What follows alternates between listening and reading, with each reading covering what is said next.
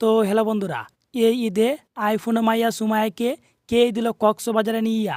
হ্যাঁ বন্ধুরা, সম্প্রতি সময়ে এমনই নোংরা গান রিলিজ হয়েছে যেখানে সুমাইয়া হট লুকে পুরাই আগুন ধরাইয়া দিয়েছে।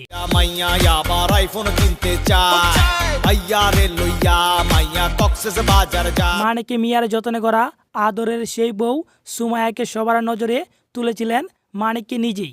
নিজের হাতে সুমায়াকে সাজিয়ে গুছিয়ে রেখে বড় বড় ওইসব তারকাদের সাথে তুলনা করে তারে ট্রেন্ডিংয়ে রেখেছিলেন।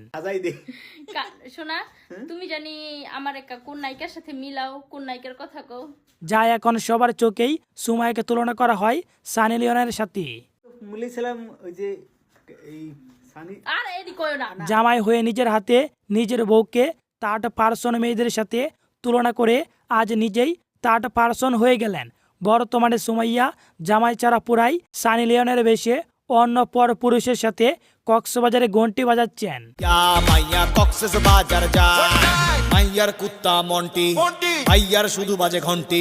এই গানের ভিতরে এমনই কিছু শব্দ ব্যবহার করা হয়েছে যেখানে মানিকে মিয়াকে তুচ্ছ করে সুমাইয়ার মুখে সরাসরি সামন দিয়ে কক্সবাজারে নিয়ে বাস ঢুকিয়েছেন। মাইয়া আবার আইফোন কিনতে চায়, আইয়া রে লইয়া মাইয়া কক্সবাজার যায়। কিন্তু বাংলাদেশের সানি লিওন আপু নিজেই কিছুই বুঝতে পারলো না।